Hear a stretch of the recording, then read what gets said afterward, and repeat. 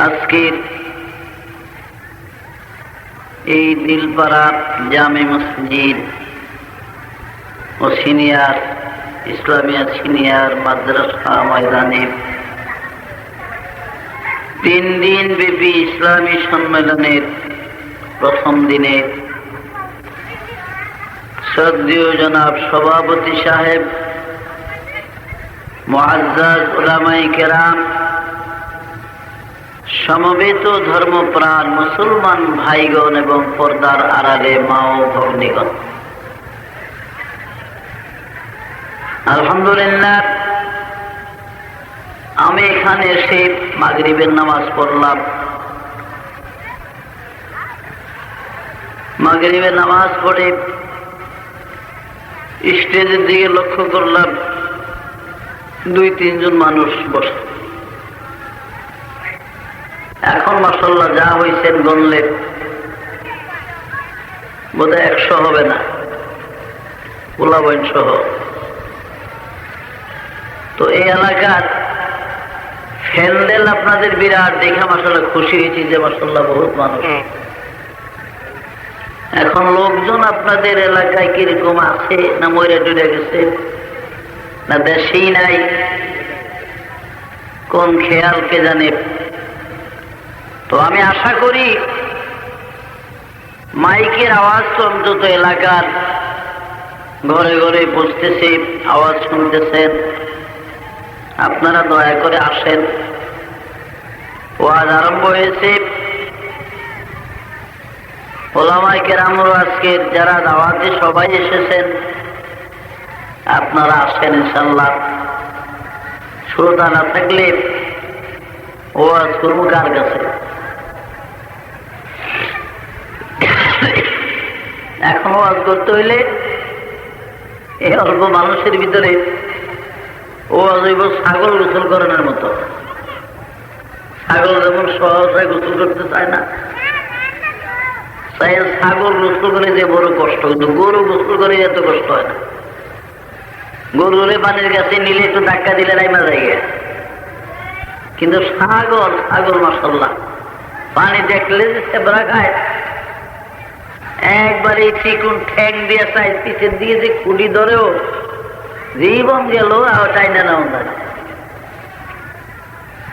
এক দোকানদার সারাদিন দোকানদারি করব, মনে করলো চৈত্র মায়া গরমের দিন ছাগলের একটু গোসল করিয়া দিয়ে যায়। বেচারায় পুষ্কনের ঘাটে পুষ্কনের কাপালে যায়, ওই ছাগলের রশি ধরে খালি টানে, আর ছাগল যে পিছের দিকে খুঁটি ধরছে চাইছে, ছাগলকে টানেন কাম হইব না। টানতে টানতে হস্তরিয়া গলার থেকে রশি ছুইটা ধরে ছুইটা ওই মালিকে চিতইয়া পানি ফিরে গোসল করে উঠছে। ছাগল এক ধরে বাইর গেছে গিয়া চাইছে মালিকে পারে। আজকের ওয়াজ করতে হইলে ছাগল গোসল করানোর মতন জোর করে ওয়াজ টানান লাগবো, ওয়াজ আইতে চায় না। কারণ মানুষ নাচতে বলে কার কাছে করবো ওয়াজ। আমি বেলপাড়ার নাম অনেক আগে শুনছি। মাদ্রাসায় যখন ছাত্র, আমি আমার প্রতিবেশী সম্পর্কে চাচা মৌলভী আব্দুল জব্বার সাহেব আপনাদের বেলপাড়া বলে থাকতো না নাকি? হ্যাঁ, বুড়া আছে না আব্দুল জব্বার মৌলভী সাহেব, উনি থাকতেন আপনাদের দিলপাড়া। উনি মারা গেছেন তো আজ প্রায় 15-16 বছর হয়ে গেছে। পশ্চিম পাড়া না? আচ্ছা, হ্যাঁ, ওনার এক ছেলে আছে আর্মিতে চাকরি করে, সুবেদার মেজর এনাতুল্লাহ, বোধহয় এই বছর রিটায়ার পেয়ে যেতেছে। একই ছেলে ওনার, এক ছেলে 2 মেয়ে। তো আব্দুল জব্বার সাহেব বলতেন মাঝে মাঝে দিলপাড়ার মানুষ বড় ভালো, আমার অনেক সব ঠিকানা দিত, তুই যাই। আমি ডরে, তখন তো ছোট ছিলাম, ডরাইতাম দেখাইলে। লঞ্চে আসার মঞ্জিল আইসা এরপরে শহরের ভিতরে ঢুকতে ডর করত। আমি তো মাশাআল্লাহ আমার ছেলেবেলেরও ঢাকা আইসা বড় একলা। তো আমি আশা করি বেলপাড়ার অন্তত এই গ্রামে, এই বেলপাড়াতে একটা ইসলামিয়া মাদ্রাসা, একটা মসজিদ এবং এত সুন্দর একটা মাহফিলের এই প্যান্ডেল 3 দিন ব্যাপী আপনাদের হয়েছে, আপনারা তো আসবেন, আশেপাশে অন্য গ্রামের লোক আসুক না আসুক, অন্তত জাগো বাড়িতে মেজবানি জিয়াফত তারা তো থাকবেন। আমি আশা করি কেউ বাড়িতে থাকবেন না, আশা বলেন। আর এই বাড়ির মূল মালিক যারা তারা তো নাই, যে নাই। তো ইব্রাহিম ইবনে আদহাম বল্লখী রাহমাতুল্লাহ আলাইহি একদিন এক মুসাফির আইসা বলখের বাদশার দরবারে আইসা জিকির দিছে। বাদশা বলে, কি চাও মেয়া? বলে, হুজুর আমি চাই মুসাফির খানাটার মধ্যে এই রাত্রটা একটু থাকবো আপনার এই মুসাফির খানায়। বলখের বাদশাহ সুলতান ইব্রাহিম ইবনে আদহাম বল্লখী বলে, বেটা এটা কিসের মুসাফির খানা? বলে, হুজুর যে সরাই খানা মুসাফির খানে দেই তো আমি থাকি রাত্রটা। এটা মুসাফির, শাহী মহল, এটা শাহী মহল, এটা কিসের মুসাফির খানা? বলে, তো হুজুর আপনার আগে কে ছিল? এই বলখের বাদশা বলে, আমার বাবা ছিলেন। আমার বাবা আদহাম ছিলেন। বলে, আপনার বাবার আগে? বলে, ছিল আমার দাদা। বলে, দাদার আগে? বলে, দাদার আগে তার বাপ ছিলেন। আপনার পরে কে থাকবে বলো যে সিংহাসনে? আমার পরে হবে আমার ছেলে। বলে, তাইলে হুজুর রাগ হইলেন কেন? এটা তো মুসাফির খানাই। একজন যখন থাকতে পারে না একাধারে, একের পর এক আসতেছে, একজনের ছাইরা যাইতেছে, গিয়ে আরেকজন আসতেছে, এটা তো মুসাফির খানাই। ইব্রাহিম আদহাম বল্লখী খুব চিন্তা করলেন, ঠিকই তো এটা মুসাফির খানা। যাই হোক, মন ভালো না। পরের দিন উজিরকে বলে, উজির আমি হরিণ শিকারে যাব। আর ইব্রাহিম আদম বল্লখী কত শৌখিন বাদশা ছিলেন। এক দাসী তার বিছানা ভাও করত। বিছানার উপরে যে মলমল নামক মলের কাছে চাদর বিছাইছে, ইব্রাহিম আদমের একদিন ঘুম আসে না। দাসী গয়ে দিকে আয়, পিঠের নিচে কিরকম জানি লাগে, উঠা নিচে আমার ঘুম আসে না, দেখতো কি?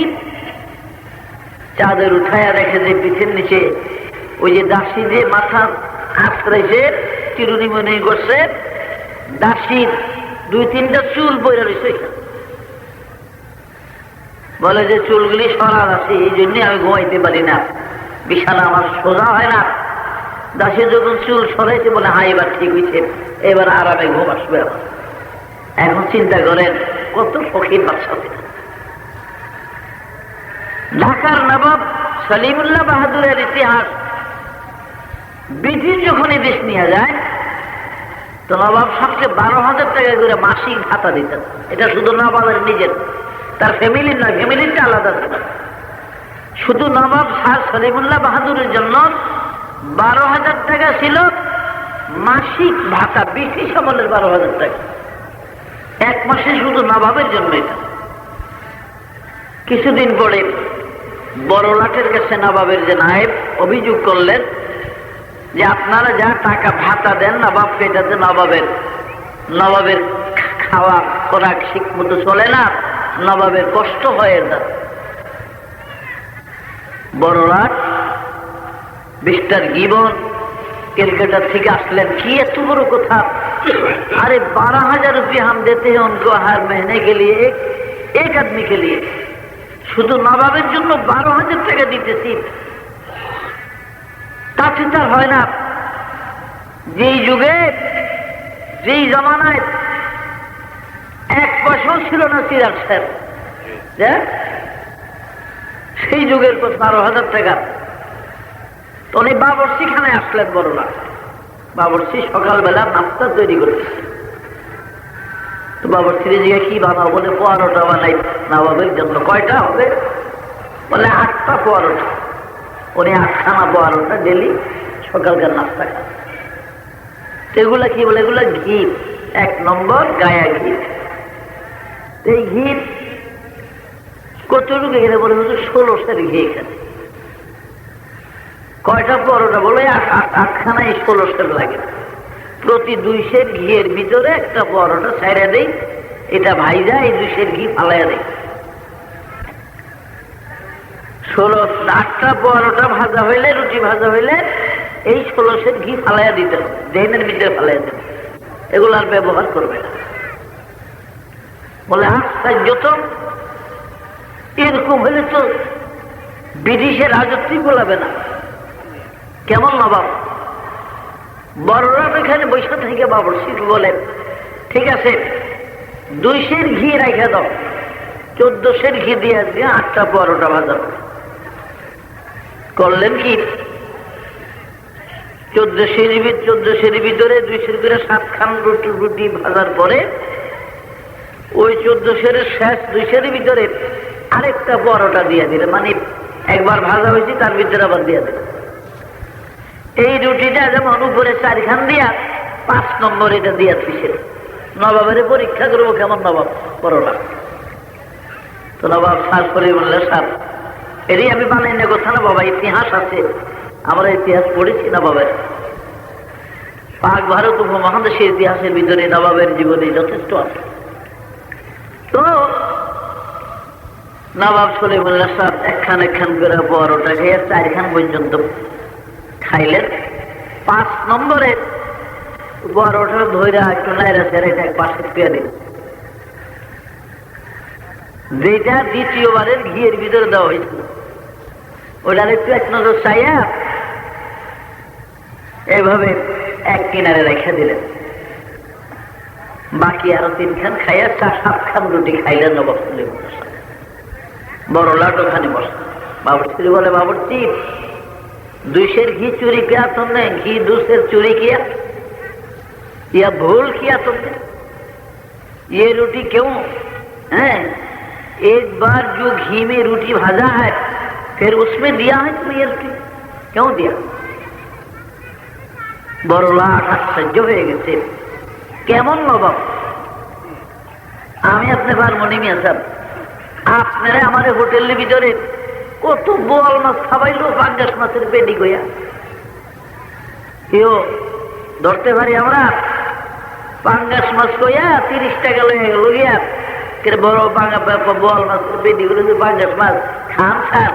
এই যে 900 টাকা দিয়ে কিনে আনছিলাম, আসলে 150 টাকার বোয়াল মাছ, 30 টাকা লয়ে গেল। আপনি টের পান না? মজা লাগবে। টের পাইবেন রাত্র 12টা যখন কাশ আফানি শুরু হইব, আফানি রুগী, তখন বুঝবো যে কি খাইছে। তো ভাইরা আমার, শেষ পর্যন্ত বড়লাট বলতে বাধ্য হয়েছে যে ये मुल्क हमको छोड़ देना होगा, हम संभालना हमारे काम नहीं। আমাদের এই ভারত একদিন আমাদের ছেড়ে চলে যেতে হবে, নবাবের দেশ নবাবকে দিয়ে যেতে হবে। যে দেশের নবাবেরই অবস্থা, এই দেশ শাসন আমরা করতে পারবো না। সত্যই পারে নাই।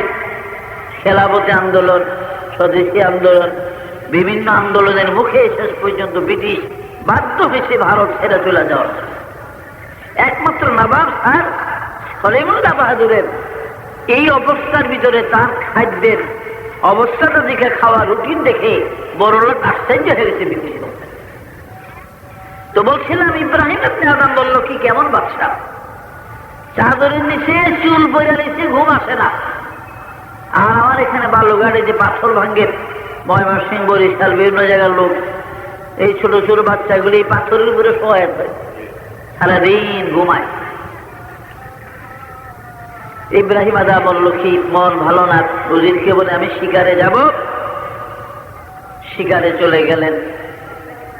বাদশার বিছানা তৈরি করে দাসী, মনে চাইছে এত সুন্দর বিছানা, বাদশা ঘুমায়, বাদশা তো আসতে দেরি আছে, একটু শুয়া চাইয়া দেখ। দাসী গরিব মানুষ শুয়া রয়েছে তো, আর আমার বিছানা পাইয়া ঘুমাইতে গেছে। হঠাৎ ইব্রাহিম ইবনে আদম, শিকারও মন ভালো না, নির্দিষ্ট সময়ের অনেক আগে চলে আসছে, আরাম করবে, নিজের বিছানায় যায়, দেখে যে দাসী ঘুমায় রয়েছে। এই দাসীর এত বড় স্পর্ধা, কে সব? একে 50টা বেত্রাঘাত করো। বাদশার বিছানায় ঘুমাইছে তোমার রাসূলুল্লাহ। দেরি নাই আর, একের পর এক 50টা বেত। প্রথম বেত্রাঘাতের জুটেই দাসী চমকিয়ে উঠছে। সে দেখে বলো গদিপতি সুলতান ইব্রাহিম আদামুল্লাহ কি দাঁড়া।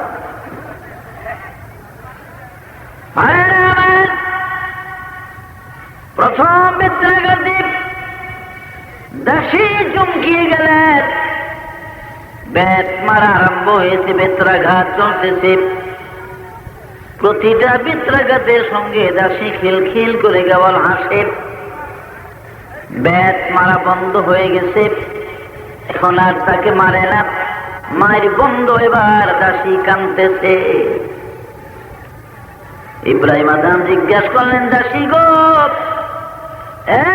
দাসী 50টা বেত্রাঘাত করল, ওই সময় খালি হাসলি, এখন তো তোকে বেত মারা হয় না, শাস্তি দেওয়া হয় না, এখন তোর কান্দার কারণ কি? দাসী বলে, ইব্রাহিম যখন আমাকে বেত্রাঘাত করতেছিল তখন হাসলাম শুধু আমি আমার নিজের জন্য, আর ইব্রাহিম রে এখন কাঁদি আমি তোমার জন্য। এটা একটু উঠাই দাও না নাকি? সামান্য একটু আমাদের একটু দয়া কর নাকি, একটু উঠাই দাও সামান্য। আল্লাহুম্মা সাইয়্যিদানা মাওলানা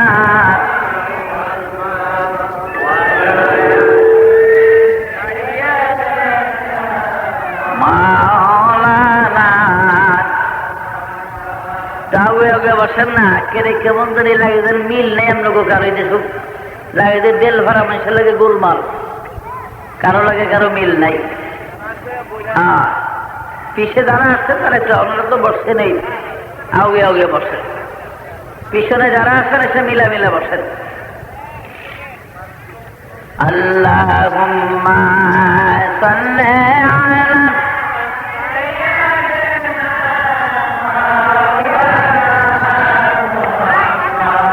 وعلى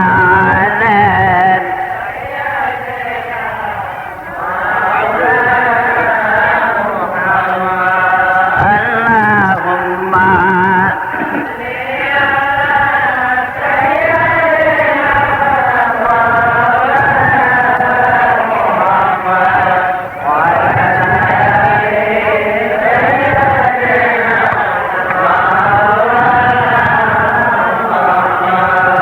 जैसा होया अबू जहल नबीर कलमा बोलना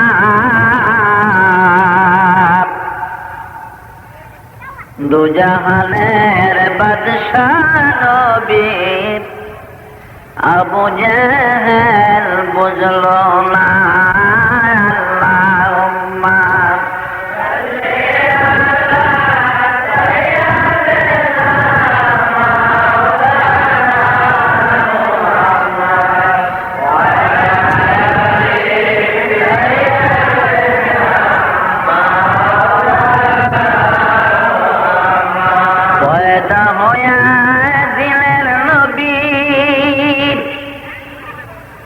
না দেখিলেন বাবার মুখ, 6 বৎসরের কালে নবী হারাইলেন মায়ের মুখ। আল্লাহ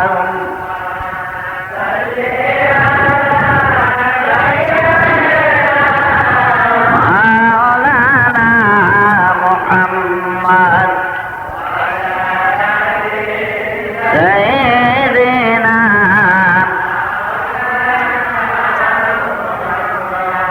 গাছে ছিল নবীজিকে, মাঝে ছিল নবীজি, উম্মত হইয়া চিনিলাম না, বনের হরিণী আল্লাহুম্মা সাইয়্যিদিনা মাওলানা ওয়া আলা আলি সাইয়্যিদিনা।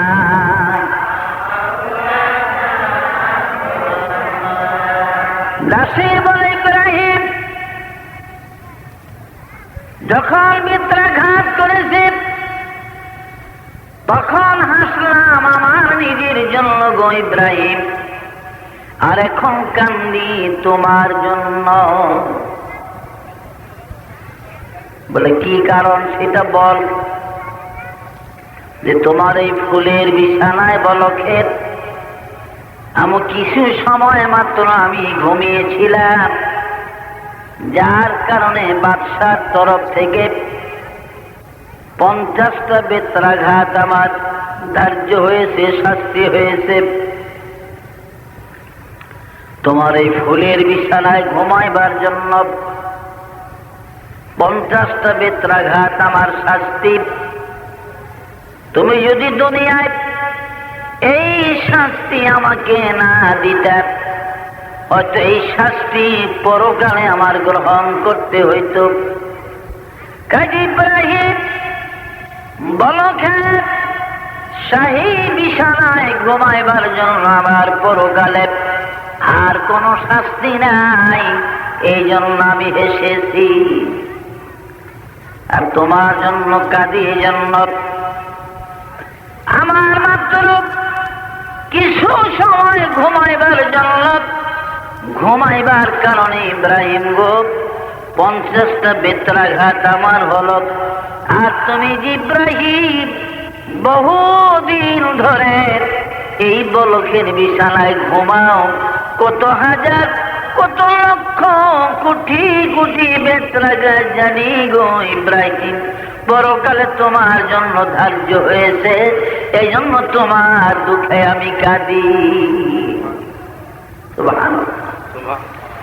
ইব্রাহিম আদা বলল কি বেখাবার হয়ে গেলেন, বেচিন হয়ে গেলেন। কে আসো, দাসী তারা নিয়ে যাও, তাড়াতাড়ি গোসল করে ওরে সুস্থ করো, ঔষধ লাগাও, খাইতে দাও, তারে বিশ্রাম করতে দাও, আর সব চলে যাও, আমাকে ভাবতে দাও। নামিয়ে দিলেন সব শাহী মহল থেকে, দরজা কপাট জানালা সব বন্ধ। রাত্রে হয়ে গেল, খাওয়া দাওয়া নাই, বিছানার মধ্যে একবার বসে আবার শোয়, আবার দাঁড়ায়, ছটফট করতেছে। কেন ঘুম আসে না তো। তন্দুরুস্তি করনা বাসাত, তন্দুরুস্তি করনা বাসাত, শির শকর জহরাত, দিল বরাগর খুশ না বাসাত, বিস্তরে গুল খারে হাত। আয়রামান স্বাস্থ্য যদি ভালো না থাকে, স্বাস্থ্য ভালো না থাকলে আলাউদ্দিনের মিষ্টি মরম চাঁদের দধিও মজা লাগে না। তা বলো, স্বাস্থ্য ভালো না থাকলে আলাউদ্দিনের চমচম মরম চাঁদের দধি ভালো লাগবো না, লাগবো। রামপালে সাগর গুলো মজা লাগবে। আর দিল বারাগার, দিল বারাগার খুশ না বাসাত, বিস্তরে গুল খারে হাত, দিল বরাগর খুশ না বাসাত, বিস্তরে গুল খারে হাত। মন যদি ভালো না থাকে, ফুলের বিছানায় ঘুম আসে না। মন ভালো না থাকলে ফুলের বিছানায় শুয়েও ছটফট, ঘুম আসে না। ইব্রাহিম আদমের ঘুম নাই চোখে। গভীর রজনী শুনতে পেলেন বলখের শাহী মহলের ছাদের উপরে কে যেন ঠক ঠক করে খালি হাঁটে, জুতা পায়ে। আওয়াজ দিলেন, কে? কার এত বড় স্পর্ধা? বলখের শাহী মহলের ছাদের উপরে হাঁটো, কে তুমি? আওয়াজ আসলে ইব্রাহিম, রাগ হইও না, একটা উট হারিয়ে ফেলেছি, কোথাও খুঁজে পাই না, তাই তোমার বলখের শাহী মহলের ছাদের উপরে তালাশ করতে এসেছে। বলে বেকুব কোথাকার, বলখের শাহী মহলের উপরে বুঝি উট পাওয়া যায়? উট পেতে হলে জঙ্গলে যাও, বনে জঙ্গলে গেলে পাবে, এখানে কিভাবে আসবে? এতগুলা সিঁড়ি বেয়ে বেয়ে বেয়ে ছাদের উপরে আসবে উট? যাও, চলে যাও জঙ্গলে। आवाज असलो बोल अगर बरबम नया बमन सतरत अगर बरबम नया बमन सतरत तो बर कसरे नया भी आगहरत तो बर कसरे नया भी आगहरत अगर बरबम नया बमन सतरत अगर बरबम नया बमन सतरत तुबर कसरे नया बिया गहरत रे इब्राहिम बलखेर शाही महलेर ছাদের উপরে গো ইব্রাহিম, যদি আমার হারানো উট পাওয়া না যায়, মনে রাখিও ইব্রাহিম গো, এই বলকের শাহী বিছানায় শুইয়া কোনদিন মাওলারে পাওয়া সম্ভব হবে না। तर्क करदा मुल्क हफ्तकली मेरा तर्क करदा मुल्क हफ्तकली मेरा मीजानत बन दल के सूजन क्यों गदर तर्क करदा मुल्क हफ्तकली मेरा मीजानत बन दल के सूजन क्यों गदर। कोनो कथा नाई, आस्तेर बले শাহী বিছানা ছেড়ে দিলেন ইব্রাহিম আদম।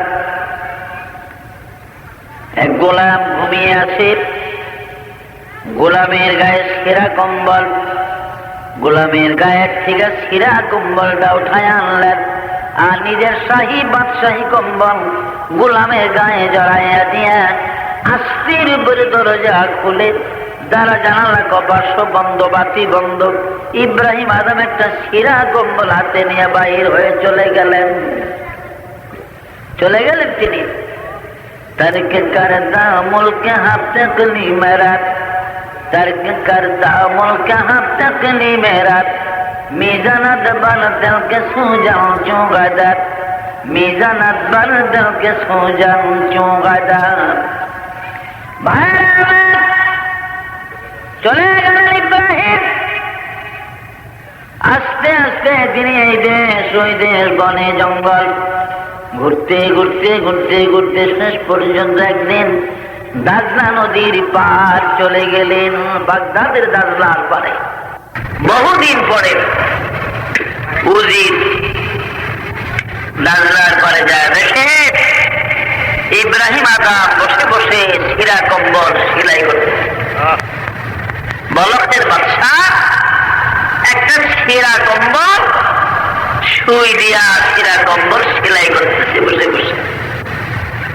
ইব্রাহিম আদম বলল, কি অবস্থা দেখে উজির চোখের পানি ছেড়ে দিন। আরে বলক অধিপতি যা বিছানায় চাদরের নিচে চুল, দু একটা চুল থাকার কারণে যিনি ঘুমাইতে পারে না, আজকে তিনি এই দাজলার পারে কাটা জঙ্গলের ভিতরে সালাম দিলেন, মাথাটা উঠে গেলে ওয়ালাইকুম সালাম বললেন, জিজ্ঞাসা করলেন না তুমি কে? উজির বলে, বাদশা আমাকে চিনছেন? বলে না। বলে অল্প কয়েকদিনে আমি আপনার প্রধান উজির। বলে শোনো, যখন দুনিয়ার বাদশা ছিলাম তখন আমি কি তোমাকে চিনতাম? এখন তো আমি পরকালে রাজত্ব করতেছি, আমি তো এখন আর দুনিয়া রাজত্ব করি না, আমি তো এখন পরকালে রাজত্ব করি, এই যে দুনিয়ার মানুষটা আমি চিনি না। সুবহানাল্লাহ। উজির কাঁদে আর বলে, বাদশা চলেন আমার সাথে, বলে কি সিংহাসন আপনার অপেক্ষা করতেছে। বলকের মানুষেরা কাঁদে, চলেন আপনি মেহেরবানি করে। এ বলার সাথে সাথে বাদশা ইব্রাহিম আদম কোনো কথা বলেন না, হাতের সুইটা তিনি শিক্ষা ফেলে দিলেন, তিনি দাজলা নদীর ভিতরে সুইটা ফালিয়ে দিলেন। সুই আওয়াজ দিলেন,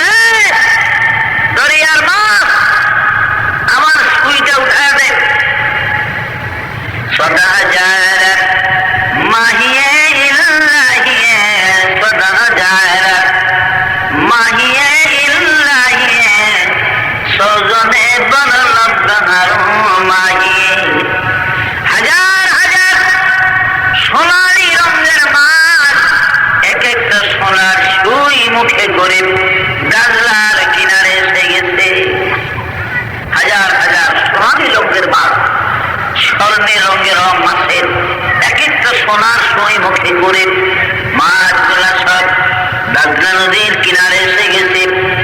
আর ওই মাছগুলি মানুষের মতো জবান খুলে খুলে চিৎকার দিয়ে দিয়ে বলে, ইব্রাহিম কোনটা তোমার সুই, কোনটা তোমার পছন্দ হয় না? ইব্রাহিম আদম বললেন, মাছরা রে, এই সোনার সুই আমার না, আমার তো লোহার সুই, সেটা চাই। স্বর্ণের সুই আমার প্রয়োজন নাই। স্বর্ণের সুই যদি আমার লাগতো তবে বলো ফেরা যুদ্ধ আমি ছাড়তাম না।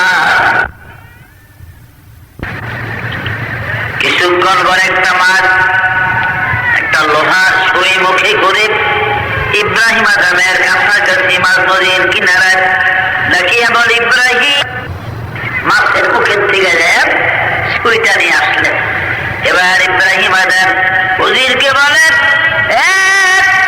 বলখের উজির, বলো বলখের রাজত্ব ভালো না দাজলা নদীর রাজত্ব ভালো? দাজলার এই যে রাজত্ব করতেছি এটাই ভালো না বলখের রাজত্ব ভালো? উজির বুঝলেন যে ইব্রাহিম আর বলখে যাবে না।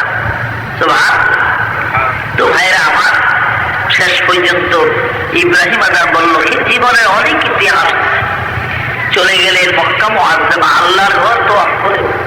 হযরত সুফিয়ান সৌরি রাহমাতুল্লাহ আলাইহি জিজ্ঞাসা করে একদিন, ইব্রাহিম কেমন আছো ভাই? বলে, খুব ভালো আছি। আল্লাহ যখন যাহা মিলায় তা খাই, খায়া খায়া আল্লাহ শুকরিয়া আদায় করে। তো সুফিয়ান বলেন, ইব্রাহিম তাইলে আর এমন বেশি ভালো আছো কই? আমাদের মহল্লার কুকুরগুলি আর তুমি তো একই অবস্থায় আছো দেখা যায়। আশ্চর্য হয়ে গেলেন, কি আমি বলখের রাজত্ব সারলাম যে আল্লাহর জন্য, আর এখন সুফিয়ান বলতেছে যে আমার হালাত আর তার মহল্লার কুকুরের এক হালত, এত নিচে। রাগার হইলেন না, জিজ্ঞাসা করলেন, সুফিয়ান তুমি কেমন আছো? তোমার অবস্থা কি, কি হালে তুমি আছো?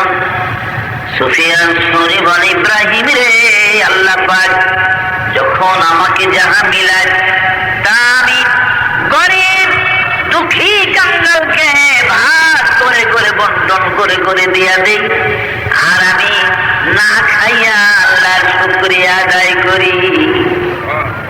তুমি তো খাইয়া আল্লাহ শুকরিয়া আদায় করো, আর আমি গরিব না খাইয়া আল্লাহ শুকরিয়া আদায় করি। ইব্রাহিম আদম এবার বুঝলেন যে হ্যাঁ, সুফিয়ানের মহল্লার কুত্তার আমার অবস্থা একই ধরনের। বলেন সুবহান।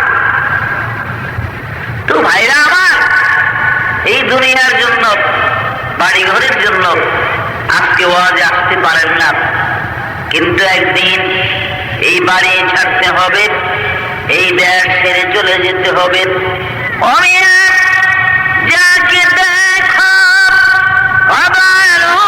में सूरतों की अज़बार कैसे कैसे माहरावर बादशाहों का चल बसे कैसे कैसे माहरावर बादशाहों का चल बसे कैसे कैसे खूबसूरत रानियां साजा दिया तन बदन सब बदल गई है शक्ल सूरत क्या हुई।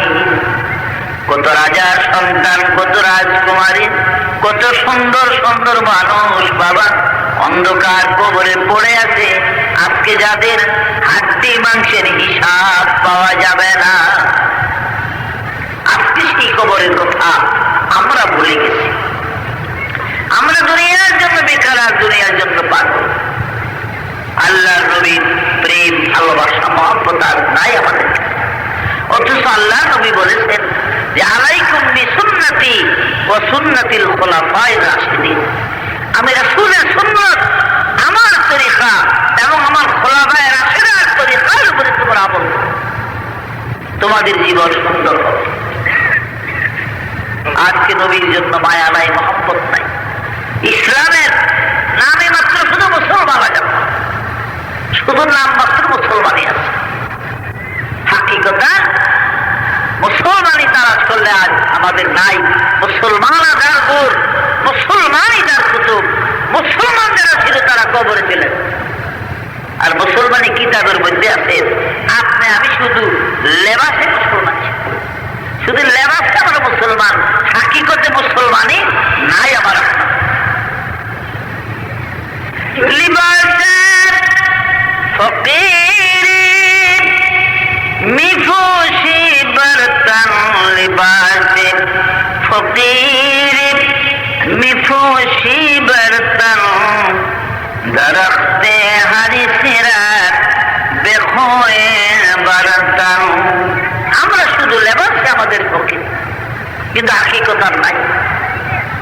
একটা পাখি বহু দূরে থেকে উড়ে আসছে, এখন দেখেছি সামনে একটা গাছ দেখা যায়, আর চিন্তা করলো এই গাছটা যদি বসে আমি বিশ্রাম না করি তাহলে আর বহু দূর পর্যন্ত কোনো গাছ নাই, আমার এই পাখায় কুলাবে না, হয়তো আমি অ্যাক্সিডেন্ট হয়ে যাব।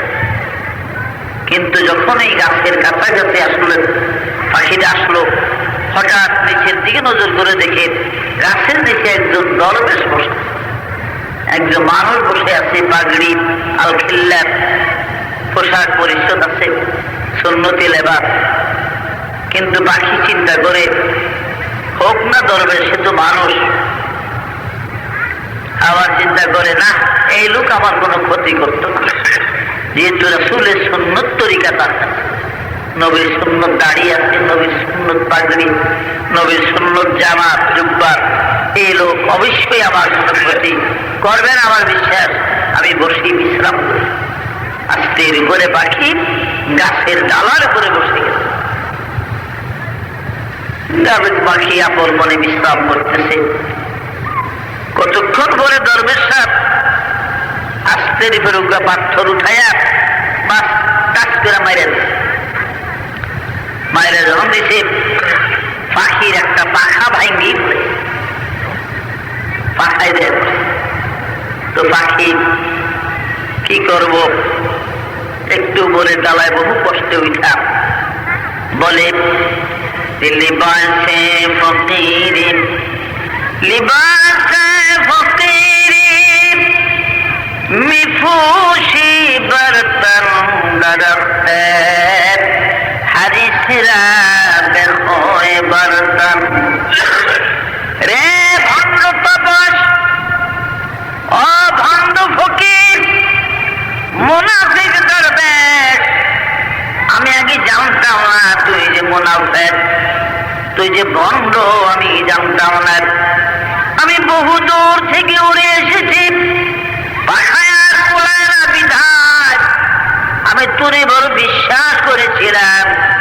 রাসূলের সুন্নত জামাত, নবীর সুন্নত জুব্বা পাগড়ি তোর গায়ে, রাসূলের সুন্নত দাড়ি তোর আছে, তোর মতো দরবেশ আমার ক্ষতি করবি না রে, এই বিশ্বাসে আমি বসেছিলাম গাছের ডালে।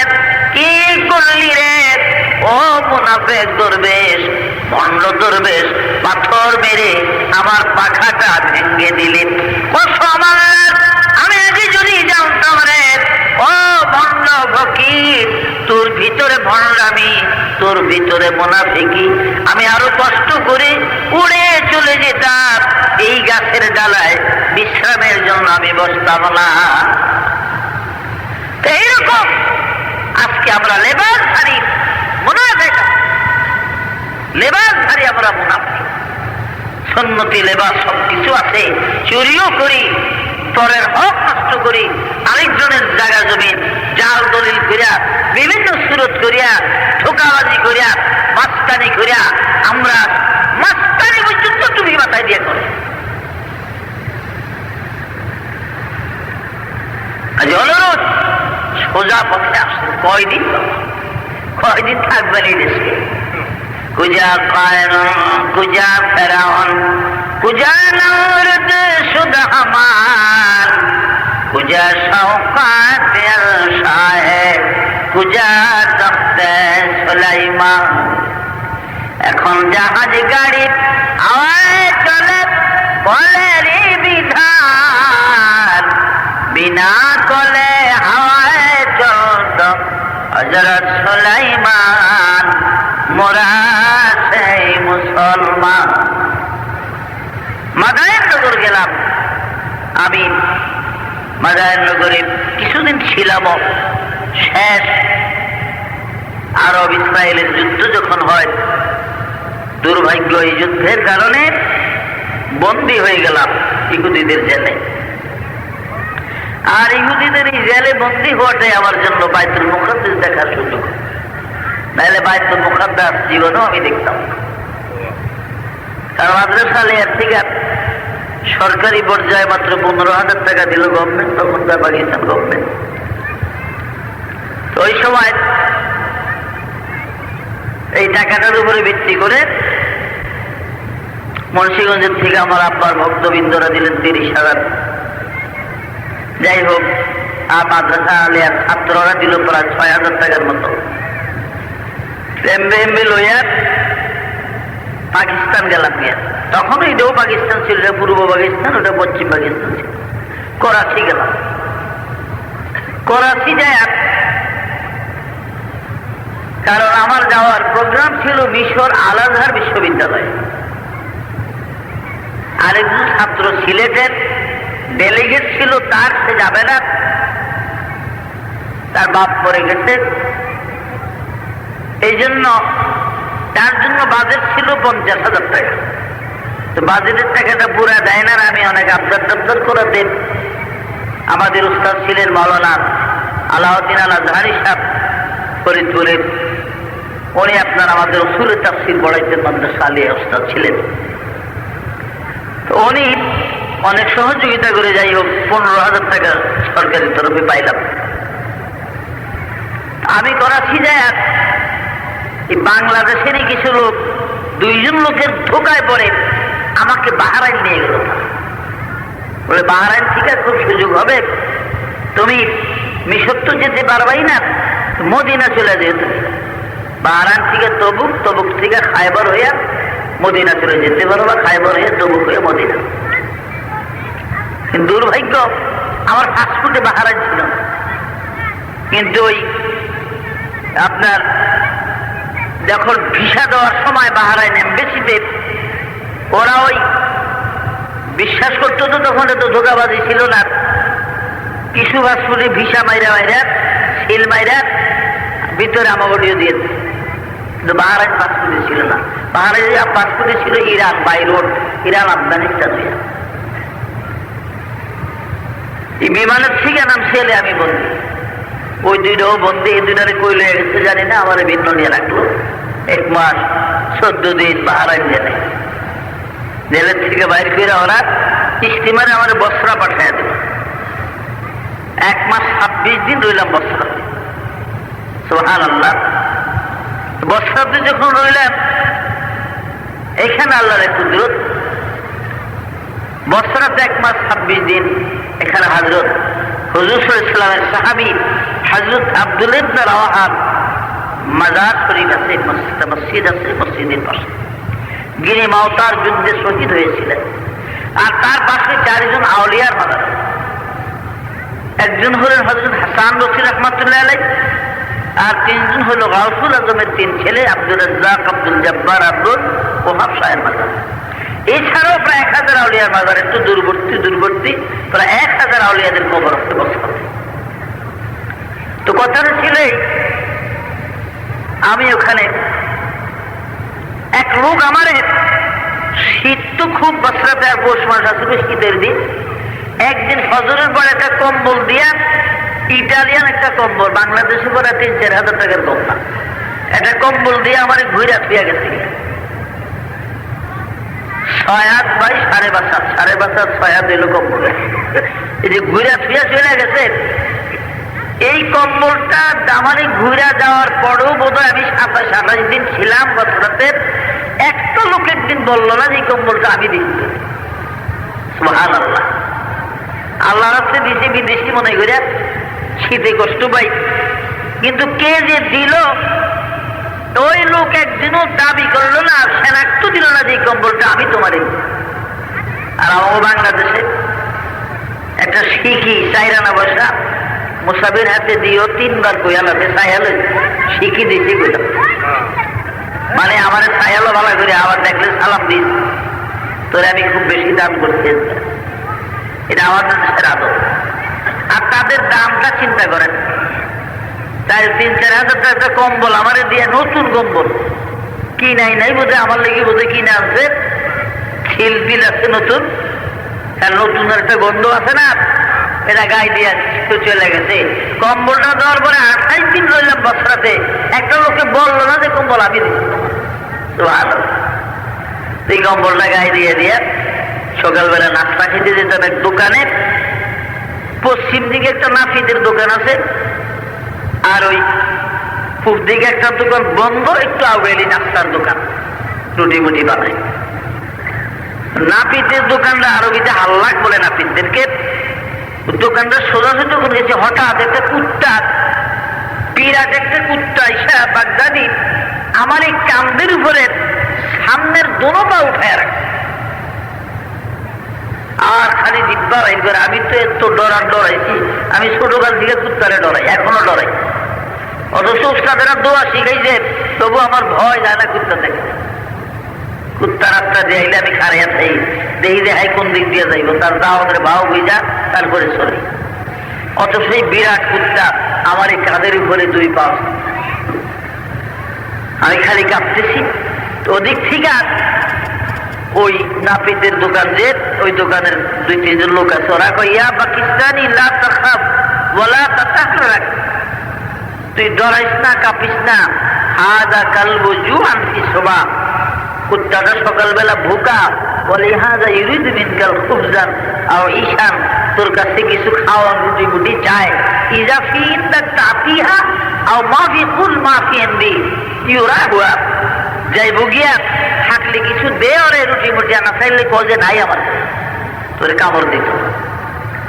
বোঝে না বিপদের সময় কোনো কথাই মহে দিয়া অনেক কষ্টে জোড়া তালে দিয়ে বললাম যে ইয়া কাল আনা মুসাফির মা কি এমনি সবুজ ওলাইছি আল্লাহ বিয়াসের উত্তরে আমার কাছে কিছু নাই রুটি মুটি, আমি বিদেশি মানুষ, তোরে আল্লাহ দিব। আস্তের উপরে সামনের 2 পাওল আমি চলে গেছি। বলেন সুবহানাল্লাহ। আর আমরা আমাদের দেশে আজ কুত্তার চেয়ে আমরা জন্ম হয়ে গেছি। এই রোডে, এই রাস্তায় কারো কাছে যদি কিছু টাকা আছে, এদেশের বন্ধুরা জানে, তাহলে এই রোগ বোধ রাত্র 10টার পর 11টার পরে তার টাকা নিয়ে গন্তব্যস্থানে যেতে পারবে। কি বলেন, পারবে? টাকা নিয়ে যেতে পারবে? পারত না, একটা না একটা দুর্ঘটনা ঘটবে। এই জন্য আল্লাহর নবী বলেছেন ইউহিব্বুল মার'উ সালাসা, 3 কারণে তোমরা আরবকে ভালোবাসো। লিআন্নানা আরাবিয়ুন ওয়াল কুরআনু আরাবী ওয়া লিসানু আলিল জান্নাহ বিল আরবী। রে উম্মত, 3 কারণে আরবকে তোমরা ভালোবাসিও, কারণ আমি নবী তোমাদের আরবি, কোরআনের ভাষা আরবি, আর জান্নাতীদের ভাষা হবে আরবি। আরবকে ভালোবাসিও। নবীজি বলেছেন, রে আমার উম্মত, তোমরা যদি আরবের একটা কুকুরকে যদি ভালোবাসো, আরবের একটা কুকুরকে যে ব্যক্তি ভালোবাসবে, সে যেন আমি নবীকে ভালোবাসলো। আর আরবের একটা কুকুরকে যদি কেউ গালি দেয়, ওই ব্যক্তি যেন আমাকে গালি দিল। কারণ ভাইরা আমার, মক্কার মানুষেরা সারাদিন গুনাহ করিয়া, সারাদিন অপরাধ করিয়া, সন্ধ্যা বেলায় যদি আল্লাহর ঘর কাবার সামনে দাঁড়াইয়া একবার কাবা শরীফের দিকে নজর করে, নজর করার সাথে সাথে তাদের সারাদিনের গুনাহগুলা মাফ হইয়া যায়। মদিনার মুসলমানরা সারাদিন গুনাহ করিয়া, অপরাধ করিয়া আল্লাহর হাবিবের রওজার সামনে বিকাল বেলা আসিয়া এক নজর যদি রাসূলের রওজার দিকে তাকায়, সারাদিনের গুনাহগুলি মাফ হইয়া যায়। কিন্তু আমি আপনি তো গুনাহ মাফ করাইতে 80,000 লাগবে কমপক্ষে। 80,000 ছাড়া যায় গুনাহ মাফ করার সম্ভব হবে না। কাজী ভাইরা আমার, আজকে সেই নবী আরবি উম্মত আমরা নবীর আজ ভুলে গেছি। নবীর প্রেম, নবীর মায়া, নবীর মহব্বত আজ আপনার আমার কাছে নাই। যাই হোক, অনেক লম্বা ঘটনা। আমি যখন ইসরায়েলদের এলাকা থেকে আসার পরে ওরা আমাকে মাদায়েন নগর দিয়ে যায় জর্দান নদীর পারে। এই মাদায়েন নগরের ভিতরে হযরত নবী সাইয়েদনা শুআয়ব আলাইহিস সালামের মাজার শরীফ আছে। মুসা আলাইহিস সালামের শ্বশুর হযরত নবী শুআয়বের কবর, বিরাট কবর। শুআয়ব আলাইহিস সালামের কবরটা প্রায় 43 হাতের মতো লম্বা। কবরটা হযরত নবী শুআয়ব আলাইহিস সালামের। আর 41 হাত লম্বা কবরটা আছে হযরত মুসা নবীর ভাই হারুন আলাইহিস সালামের। অর্থাৎ শুআয়বের মাজার থেকে প্রায় 4 মাইল দক্ষিণ দিকে আইনে সুলতান নামক বস্তির ভিতরে নবী শুআয়বের মাজার। শুআয়বের মাজার থেকে 8-9 মাইল কি 10 মাইলের মতন হবে দক্ষিণ পূর্ব দিকে গেলে ইসমাইলিয়া পাহাড়। ইসমাইলিয়া পাহাড়ের পূর্ব কিনারাতে এইখানে জেরিকো সিটি বলে, ইংরেজিতে জেরিকো সিটি, আরবিতে মদিনাতুর রিহা বলে। রিহা নামে বিরাট শহর। এই শহরের পূর্ব প্রান্তে বাবা এইখানে হযরত নবী মুসা কালিমুল্লাহর মাজার সহ 12 জন পয়গম্বরের কবর, 12 জন নবীর কবর আছে। মুসা আলাইহিস সালামের কবরটা তো বেশি বড় না, তবে 24 হাত লম্বা হযরত নবী মুসা কালিমুল্লাহর কবর। আর ভাইরা, একটা কবর আছে জিরে হাবিসের। জিরে হাবিসের কবরটা প্রায় 87 হাতের মতো লম্বা। জার্জিস পয়গম্বরের কবর আছে প্রায় 70 হাত লম্বা, জার্জিস পয়গম্বরের কবর। আরেকটা কবর আছে হযরত শুমাইল আলাইহিস সালামের 108 হাতের মতো লম্বা কবরটা শুমাইল আলাইহিস সালামের। আর বাবা শামাউন নবীর কবর আছে 128 হাত লম্বা। শামাউন নবীর তাফসিরে লেখে যে শামাউন নবীর তাফসিরে কুতুব এবং ইবনে জারির বিভিন্ন কিতাবে জামে সগীরে আছে যে শামাউন আলাইহিস সালামের এক একটা পশম গায়ের বাবা 1.5 হাত 2 হাতের মতো লম্বা লম্বা পশম ছিল। আর শামাউন নবীকে কাফেরেরা 1000 বার লোহা শিকল দ্বারা বন্দী করেছিল মারবার জন্য। আল্লাহর কুদরতে শামাউন নবী বিসমিল্লাহ বলে যখন তিনি হাত পা নাড়া দিতেন, লোহা শিকল গুলা টাস টাস করে খুলিয়া কোথায় চলে যেত, ওই শিকল আর ইহুদিরা খুঁজিয়া পেত না। হযরত নবী শামাউন আলাইহিস সালামের কবর। এই 5টা কবরের গায়ে শিলালিপি আছে, নাম লেখা আছে, কিন্তু বাকি 7টা কবরের নামগুলো ছিল মুছে গেছে, অক্ষরগুলো সব বোঝা যায় না।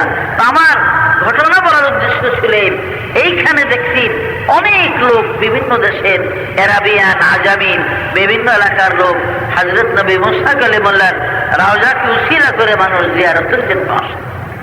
আর রওজায়ে পাক মুসা কালিমুল্লাহর সব জিয়ারত করিয়া সূরা ফাতিহা, সূরা ইখলাস, দুরূদ সালাম পড়ে পড়ে মানুষ মুসা নবীর কবরের পাড়ে দাঁড়ায়া দাঁড়ায়া 2 হাত তুলে আল্লাহর কাছে মুনাজাত করে কাঁদে, হে প্রভু, তোমার বন্ধু বনি ইসরাইলের 70,000 নবী মুসা কালিমুল্লাহ রওজা জিয়ারত করলাম, পাশে আরো নবীদের কবর জিয়ারত করলাম। আল্লাহ গো, এই নবী মুসা এবং এই পয়গম্বরদের উসিলায় ও মাবুদ হতভাগার জীবনের গুনাহ মাফ করে দিও। এমনি ভাবে দাঁড়িয়ে দাঁড়িয়ে মানুষ গুনাহ মাফ চায় মুসা নবীর রওজার কাছে। মুসা আলাইহিস সালামের সহ 12 জন নবীর কবরের কাছে দাঁড়াইয়া মানুষ তাদের জীবনের গুনাহ ক্ষমা চায়। আর এই মুসা আলাইহিস সালামের প্রতিদ্বন্দ্বী ছিল বাদশা ফেরাউন মিশরের। ফেরাউনের লাশ মিশরের কায়রোতে আছে। মিশরের কায়রোতে ফেরাউনের লাশ মমি করে বাবা মিউজিয়ামের ভিতরে রাখা হয়েছে, পিরামিডের ভিতরে। 28 হাত উঁচা আয়নার আলমারিতে দাঁড় করানো অবস্থায় অরিজিনাল ফেরাউনের ওই লাশ যেন ফেরাউন আজও দাঁড়িয়ে আছে। আর পাশে আরেকটা আলমারিতে 32 হাত উঁচা আলমারির মধ্যে বাবা জাদুঘর স্বামীর লাশ দাঁড় করানো আছে। স্বামীর জাদুঘরকে রাখা হয়েছে। এই স্বামীর ছিল বনি ইসরাইলের ভিতরে 2 নম্বর এক মূসা ছিল, যে মূসা গাওসালা বানাইবার জন্য স্বামীকে সে আপনার উৎসাহিত করেছিল। আর ওই স্বামীর জাদুঘরের লাশটা মিশর পিরামিডের ভিতরে আছে। বন্ধুরা আমার, ফেরাউনের লাশ আয়নার আলমারিতে সামনে চিকন রডের জালি লাগানো আছে, ছোট ছোট খোপ করে করে জালি লাগানো। তার কারণ মানুষ ইট কঙ্কর মারলে যেন ভিতরে প্রবেশ না করে, আয়না না ভাঙ্গে, এই জন্য জালি লাগানো। আর এই আলমারির থেকে প্রায় 15-16 হাত দূরে দেওয়াল। এই দেওয়ালের পাশে গ্যালারির মতন, এইখানে দাঁড়ায় দাঁড়ায় বসে বসে ফেরাউন লাশ মানুষেরা দেখে।